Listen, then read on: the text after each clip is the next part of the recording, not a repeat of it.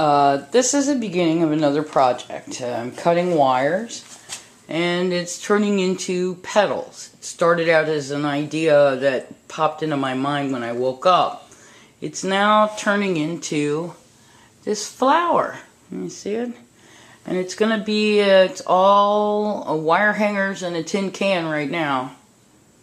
I'm like to paint a canvas to go underneath it to look like water, or I'm not sure exactly yet, but it may turn into a purple echinacea, something I'm familiar with from my home state. So we'll see how that works, and it's going to be similar to the materials in the flames.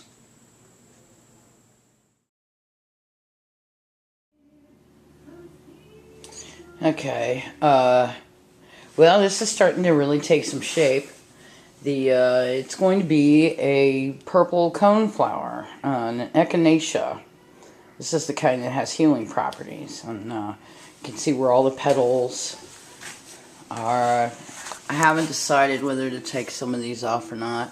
I made the center. It's paper mache draped over a bowl, and that is going to have, let's see here, we'll go,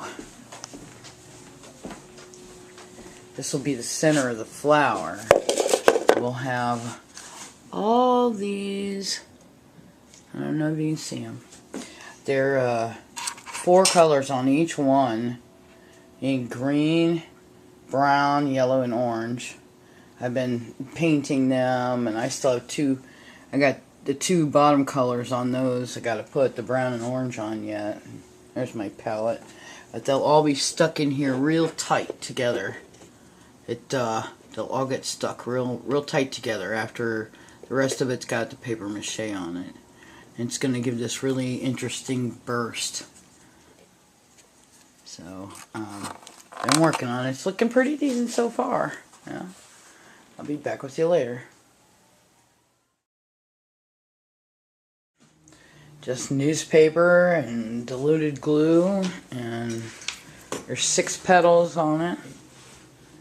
You got all these other ones to do. The cap, I cut it to fit right down on top of it, so that way it fits nice. I'm not securing any of these yet, because it's a lot easier to do this while they're mobile. It's when the second layer goes on is when these will be secure. Right now they're all loose.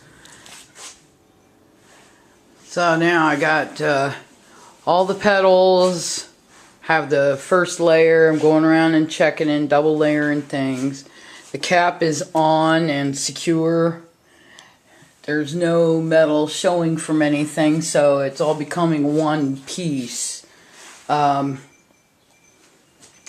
Yeah, some of this has to dry, and while I attack some other areas of it, the whole thing will essentially have a second coat to bring it all together and to really stabilize everything.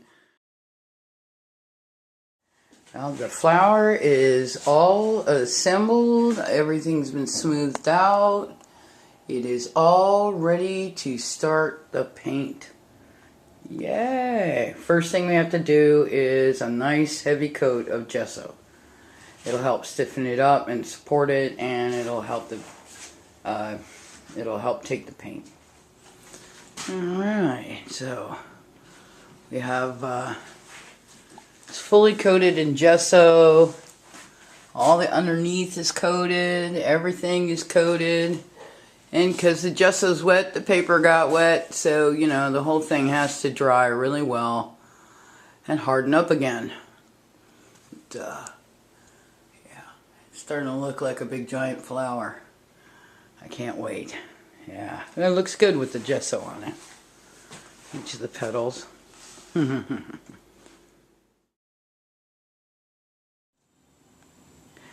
Okay, down inside, the underneath is done, and the petals are done.